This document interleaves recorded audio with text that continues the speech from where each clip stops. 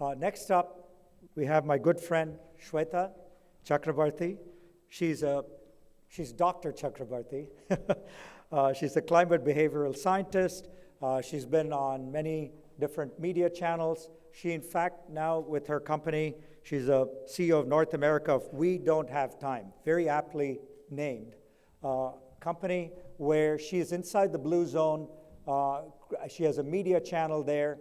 And so if any of you in the blue zone, also please meet Sweta. But she has a terrific panel of young people that she's going to bring up and introduce and have a conversation with. Sweta, welcome.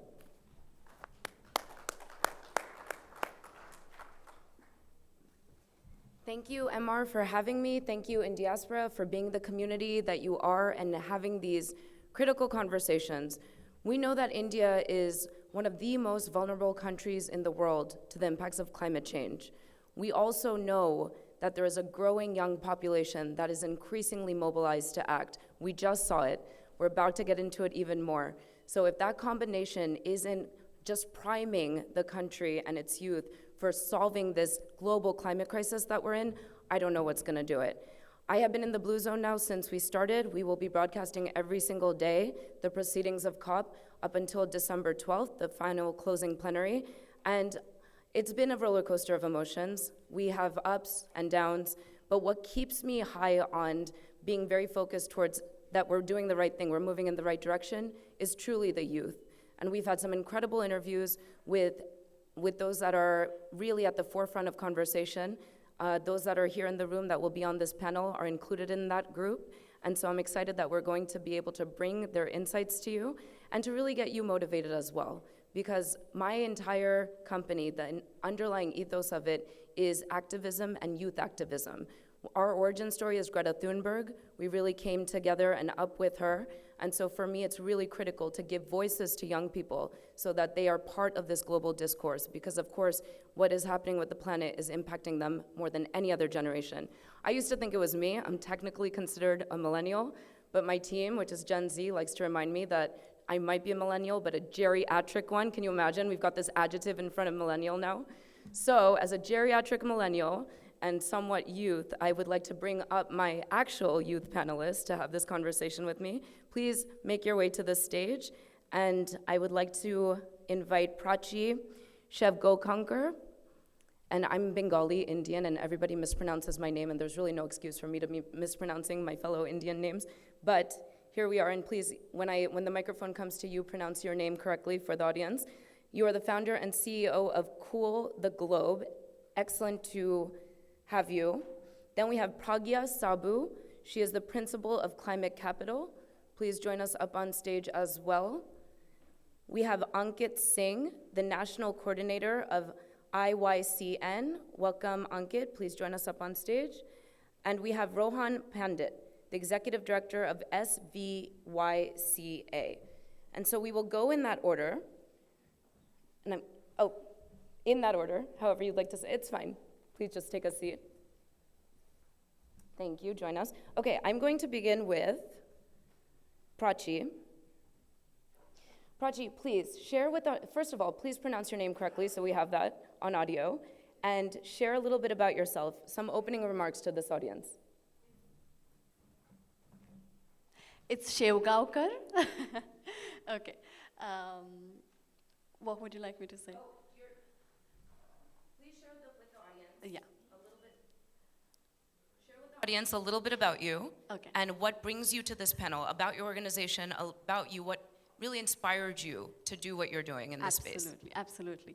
Hi, everyone. It's so nice to have you here today. And I was really energized. Alekha, you're amazing. And I'm so nice to have some other young panelists with me.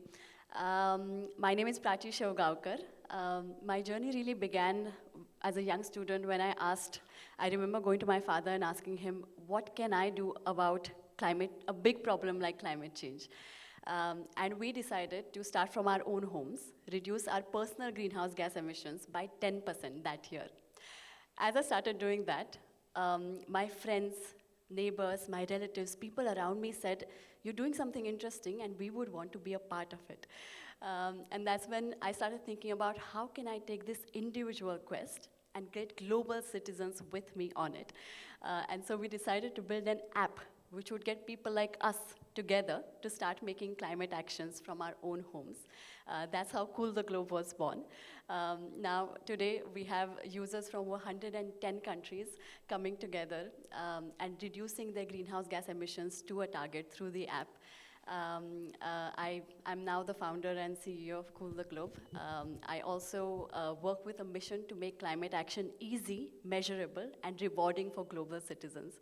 And I'm so happy to be here with all of you at COP28. Excellent, thank you. And we'll be coming back to you with more questions. We're doing intro remarks. So Pragya, let me come to you, please. Everyone, I'm Pragya. Thank you for having me here today. It's so good to meet everyone. So I am a product leader and entrepreneur, primarily with experience in healthcare. But I think a couple of years ago, the climate bug bit me too. And I was like, okay, I need to do something about it. Where can I find my mark? I started a nonprofit called Project 21, which is really focused on youth education. And we chose a lot of topics related to climate change and sort of sharing the message about climate change with youth, primarily in India, but also in other parts of the world. I joined the World Economic Forum as a global shaper, where, again, most of my projects were focused on creating awareness about climate change. And then most recently joined a venture capital fund called Climate Capital as a principal. And we invest in early stage climate startups all over the world, kind of like sector agnostic, as long as it has a flavor of climate to it. And that's kind of been my journey here so far. Excellent, thank you. Round of applause for her as well. If we're doing it for one of the panelists, we're doing it for all the panelists. Ankit, let me come to you. You're the national coordinator for the Indian Youth Climate Network. Please. Yeah. Hi, everyone. Good morning to all of you. Thank you, Indiaspora, for having me over here. As she said, yeah, I'm the national coordinator for Indian Youth Climate Network over here. This organization was started in 2008, just before the Bali conference happened in 2007, if I'm correct. Yeah, so at that point of time, from South Asia region, the youth participation in these type of conferences, like at a global level, was nil. Like only 2 young youths participated from South Asian region. At that point of time, the alumni of Indian Youth Climate Network went up to UNFCCC, advocated for youth participation more in these spaces. So yeah, from then onwards, the accreditation for Indian Youth Climate Network happened, and they started sending out their delegates over here to educate for the youths, in terms of climate change happening and their involvement in this whole scenario. My other journey, I'm doing masters in environment, climate change, sustainability studies at TIS Mumbai. I'm also started this journey with IYCN 1.5 years back. I've been engaged with a lot of activities which is involving a lot of project works, involving a lot of partners in climate advocacy part, even the youth playing an important role in developing statements across to be presented over here at the global level, even at the COP. I would be talking more about it in further scenarios. Excellent. But, yeah, sure. Thank you, Ankit. Rohan, to you. You are the executive director of the Silicon Valley Youth Climate Action. Tell us a little bit about what this is. Absolutely, and thank you for having me here. So Silicon Valley Youth Climate Action is a youth-based nonprofit. We're in the South Bay Area and in the peninsula that's focused on educational and policy initiatives. So we try to get high school and college students to engage locally, regionally, and at the state level, and work at the nexus with key stakeholders, if that's your elected officials, city council members, other NGO leaders, school board officials, and whatnot. So we try to engage all stakeholders and make sure that the youth perspective is included in climate policy. Okay, excellent. So round of applause as well. And we're really going to get into this now, because do you see what we mean in terms of this is how we're going to solve the climate crisis? This is the kinds of initiatives that are underway in the next generation. And this is why we've aptly named this session the Climate Youthquake, which is pretty creative. I can't take credit for that at all. But I'm going to throw this question to the panel now and ask, in what ways do you think you are uniquely positioned? Why the youth? Why not geriatric millennials like myself, or those different demographics that are represented in this room? What is unique about your generation that is causing this youthquake that is really going to drive the action to combat climate change? Prachi, I'm going to throw it to you first. And then please formulate your thoughts. I'll be coming to each of you. Okay. To answer your question, I would like to tell you about some young people I met along my journey and how they inspired me. When we launched Cool the Globe app fresh out of college, I realized that we have made this platform, but now the real work starts. You know, we have to get people on it. And that's really when I turned to other young people around me who were equally passionate about climate action. And we decided to start making simple video campaigns on what the common man can do about climate change. So we made it out of our homes, and we started showing it to our friends, our families.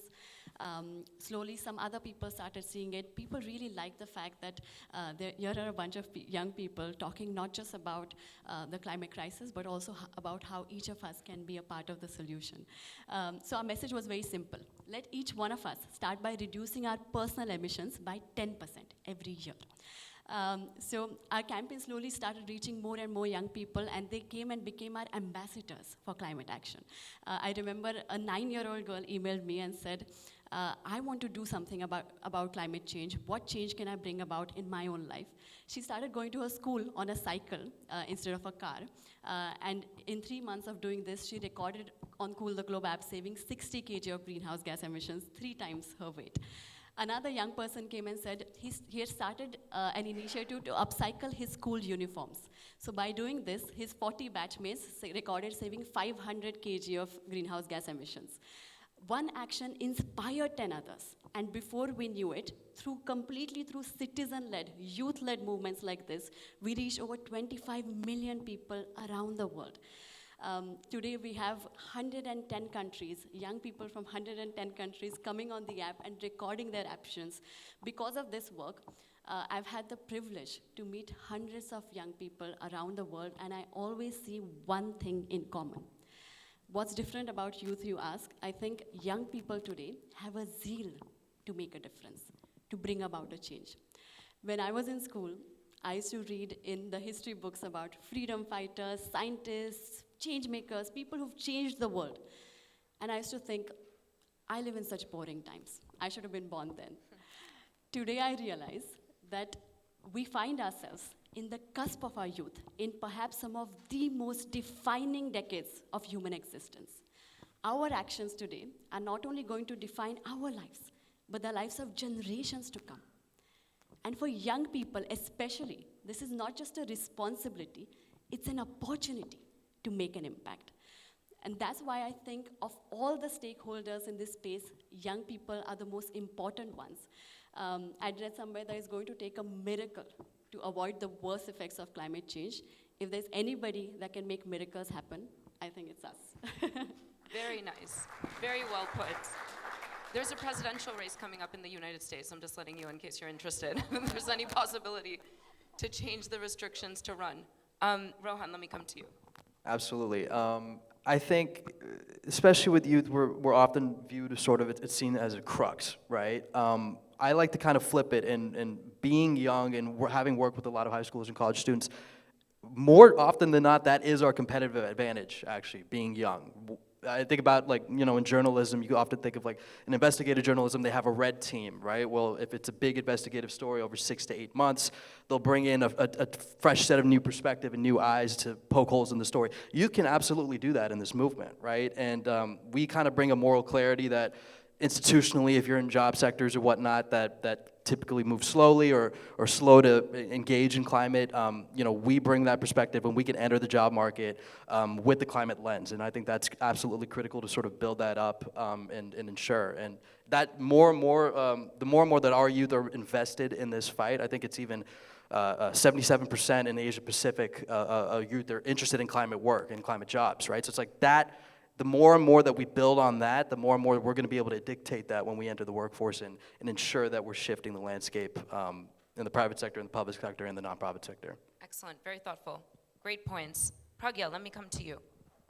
Yeah, I completely agree with both what Prachi and Rohan said, but what comes to my mind as the top 3 reasons that youth is uniquely positioned to sort of fight this climate change, I think of 3 things. The first one being that with the internet, social media, and literally like access to information and knowledge from all over the world, we're able to form a very holistic and macro perspective on the issue. We're able to get insights from parts that you couldn't imagine to be accessible some time ago. So that kind of gives you an overview of the system, and climate change isn't like, ultimately it can't be fought in silos. It needs to be fought through a whole interactive system. So that's one.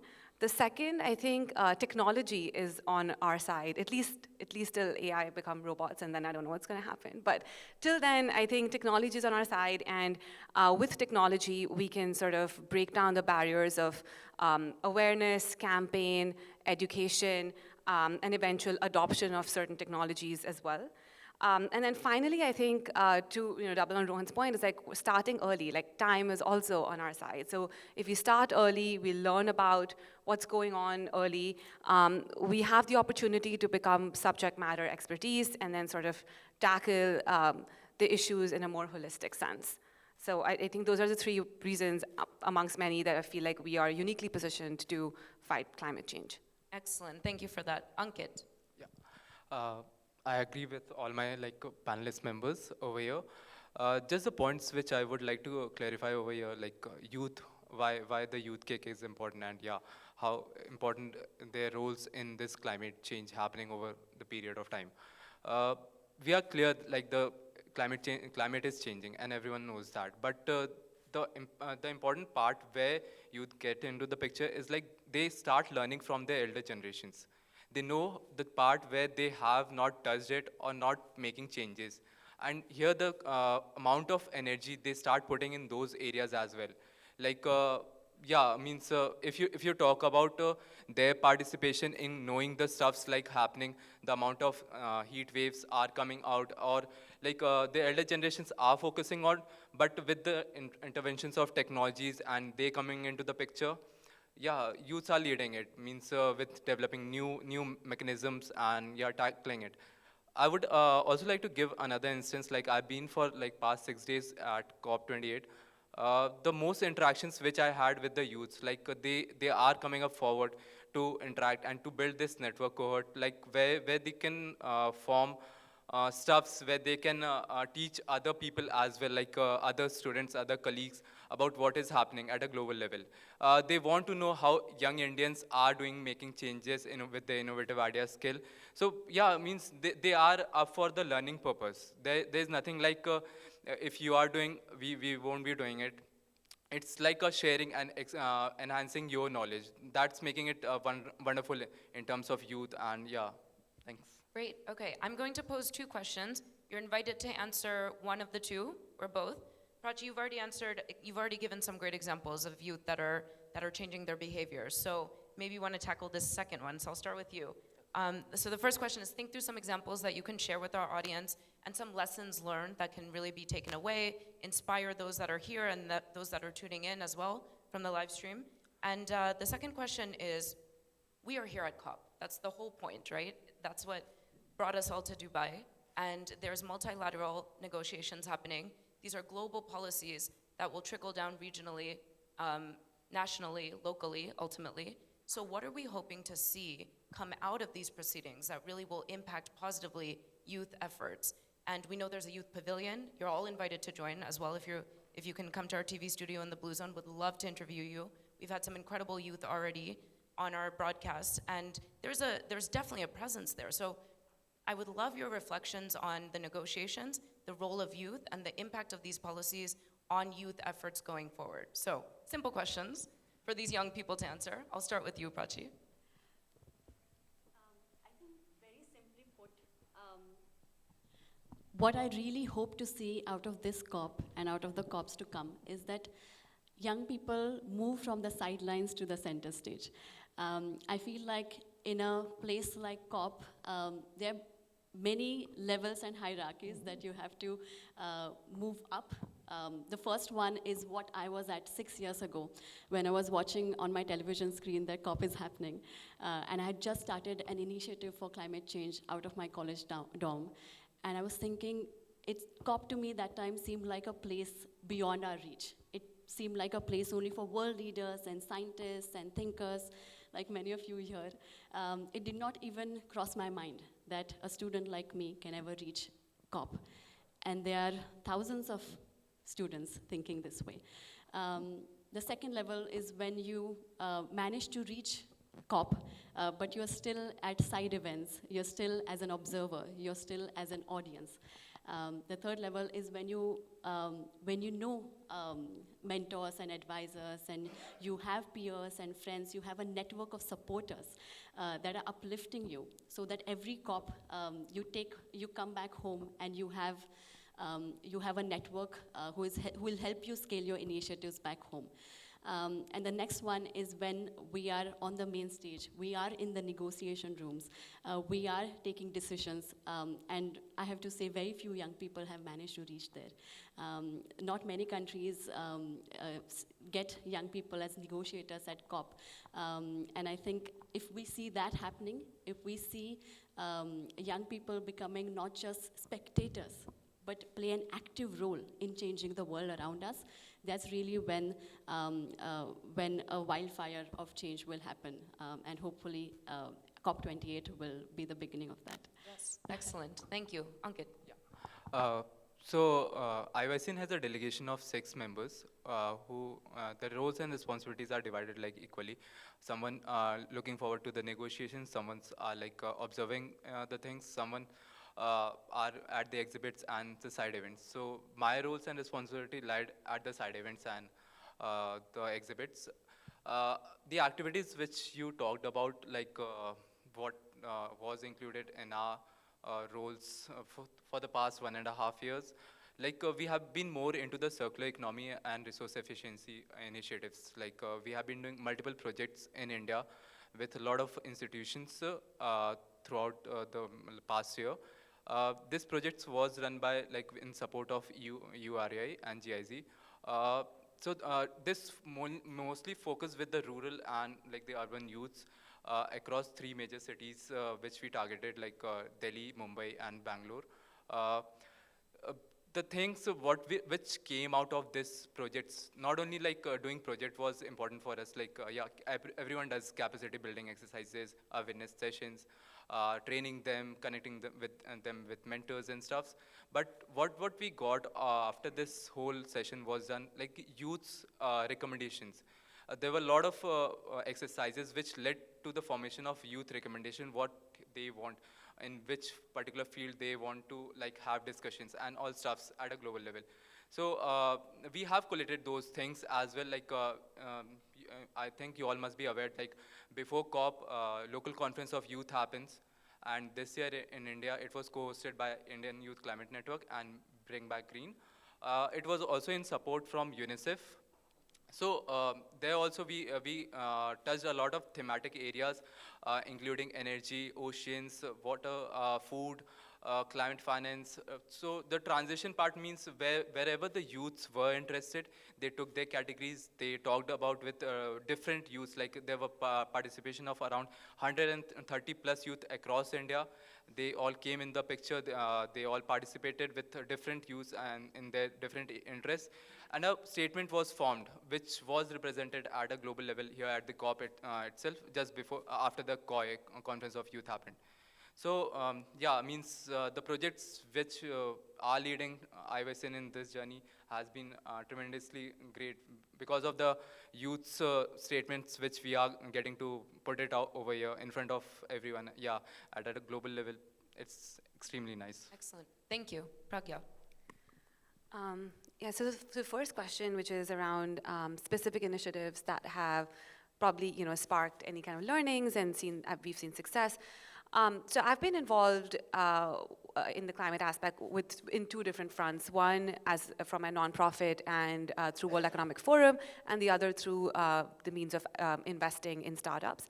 So I'm going to talk about the first way that I've been working with climate, which is through the nonprofits. So we've been doing a lot of education and like improving curriculum for schools to include climate-related information and news within their regular curriculum. And I think one of the biggest things that I've learned in the process is that climate change and the impacts of that and environmental education all needs to very seamlessly fit in to the overall curriculum. It can't no longer just stand as like this extra thing that people can choose to study about if they're interested in, because if that's the importance we give in schools, that's kind of how people will treat it as well.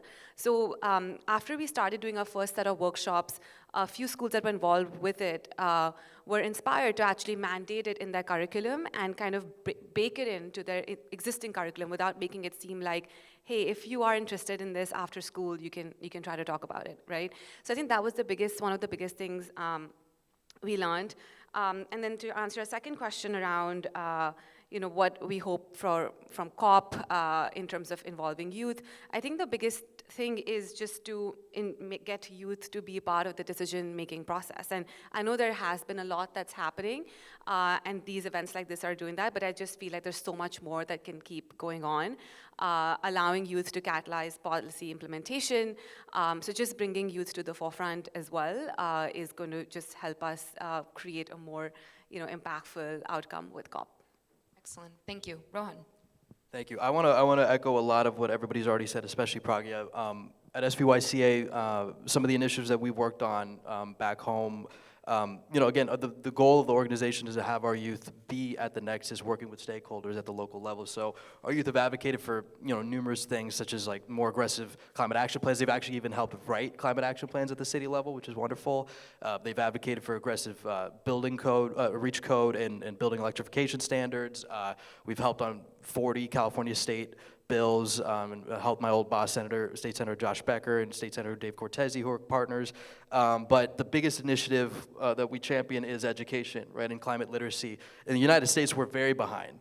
New Jersey is the only state, and that's only been the last 3 years, to actually incorporate climate literacy. When I say climate literacy, I mean climate education in the public schooling system, kindergarten all the way to the 12th grade level. They're the only state that's done it. One of our biggest successes of the last few years is we've been advocating for climate literacy the last 3-4 years as an organization, and finally California passed a law this past session to incorporate it at K through 12, but it needs to be embedded into every single academic subject, and needs to have career pathway education along with it, right? Like that's something that is really missing, but that's something that everyone can kind of champion internationally and nationally back home too.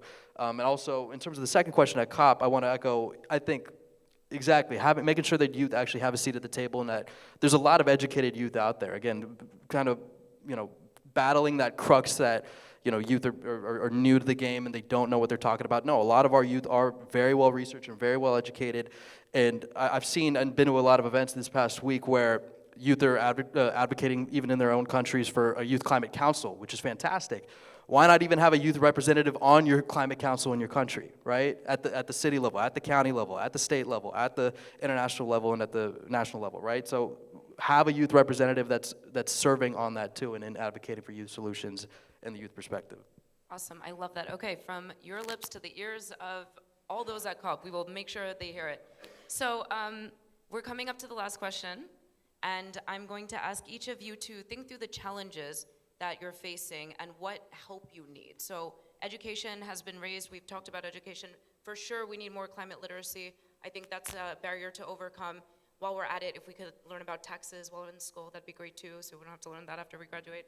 But no, climate literacy, of course, needs to be in the public education system. What other challenges, what other barriers do we need to overcome? Question one, and your call to action. So your final words in terms of what needs to be done, if you could just say kind of the one affirmative statement. Okay, so should we start? Yeah, should we switch it up? Shall we switch it up? Sure. All right, back to you. Yeah. Back to you, So first question was what again? The second first question is what are the challenges that youth is facing that could really you could ask previous generations and those in decision-making roles. Right. Of course, getting young people into decision-making roles would be a great start, which you Right. explained. But what else? What else can help you overcome some of the challenges that you're facing? I've mentioned it already, and certainly climate literacy is a big part of that, but I think having role models and having visual representations of what climate career pathways look like is essential. I think the work that I do back home and even conversations I've had for the last week, there's a lot of people and youth who are coming up, even adults who want to transition and work in climate, by the way, who want to get involved in the climate fight, right? And this is, by the way, this is not just specific to any industry. You could be interested in engineering and design and advocacy and marketing, whatever, and still have a say in this fight. But having a better understanding of what does that career pathway look like, how do you get there, and meeting and understanding what those pathways look like, and seeing role models. Like this week is a fantastic example of some of the great CSOs who are talking here and whatnot. But those visuals need to be a lot more represented and clear throughout society, and that's not just in the US, but internationally. And the more people can visualize what they want to do and what lever they want to pull in the climate fight, it's, you know, they're going to be off to the races, right? But sometimes it's murky. Like, people want to get involved, but it's like, well, how do I do what I want to do and what I'm good at while still, you know, making a good change? Awesome. And your call to action? Call to action, I think, is we need to do everything we can to phase out fossil fuels and short-lived climate pollutants ASAP, right? And individually, I think, especially back home, if you can, you do what you can to advocate and educate in your own community, and locally has just as much impact as it does working at the state level or at the federal level. I just want to reiterate that especially all politics is local, people always say back home, but like, it very much is true. But also individually, you could always electrify whenever you can if you have the capability to do that. I think at the government level and at the private sector level, doing everything that we can. 70% of the solutions that we need to combat climate change are already here, right? So it's a matter of scaling and investing now, right? Which is great that you're doing that work, you know, in early stage startups. We need stuff like that. And in terms of youth, I think, I mentioned it earlier, but really dictating the values. We get to dictate the values and jobs of the future. We can come into the job market and really have a climate lens in whatever industry and sector that we come into and dictate, again, what that looks like and what that industry can look like. Awesome. Excellent. Okay, Pragya. I think the biggest challenge I feel like we're facing right now is that we just talk a lot more than we're actually doing.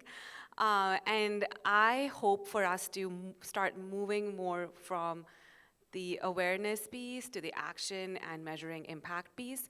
I don't think I have all the answers, but I feel like we have all the right minds to get all the answers. And to me, that's the biggest friction point right now is, okay, we are doing a lot for awareness, but how are we converting that awareness into actionable insights, to action, to actually being able to measure the impact and confidently say that yes, what we're doing is making a positive difference, or yes, what we're not doing is not making a positive difference. So I think that's kind of where the gap lies for me.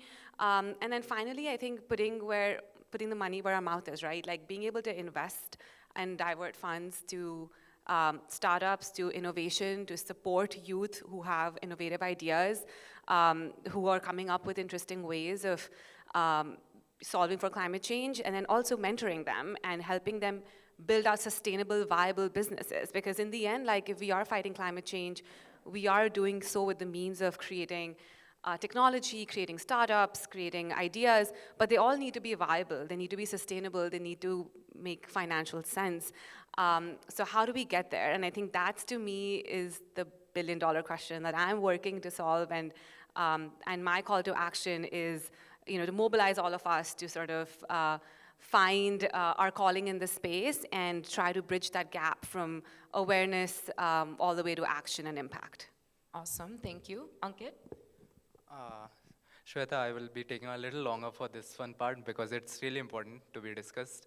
The challenges which we are being faced, like first talk about like when we want to work with the youths, to cater them, to educate them, to aware them, a type of institution is required where the funding part is really important.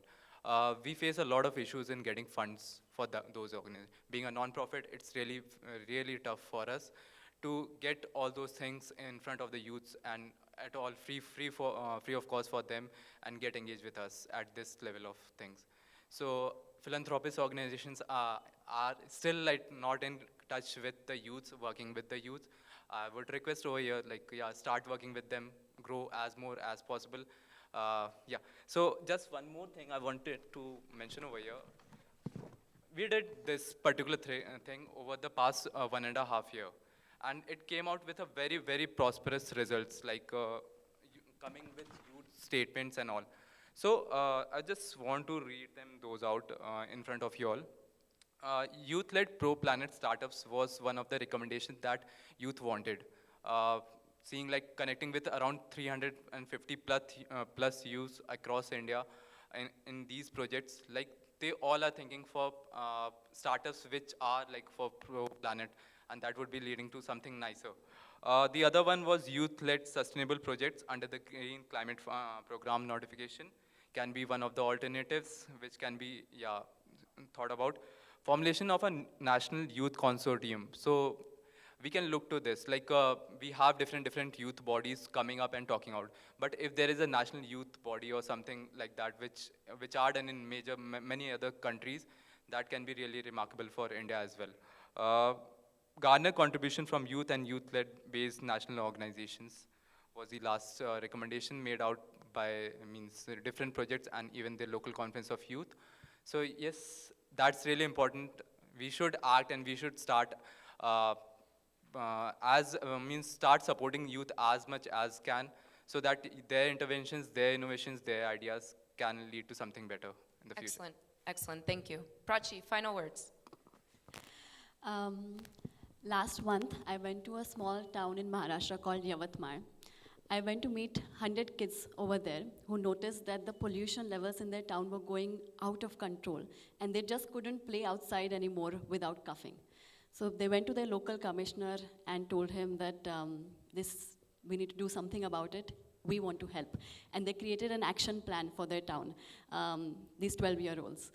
70,000 people have come for COP28. Those 100 kids I met don't know we exist. And that, I think, is the biggest challenge that young people have.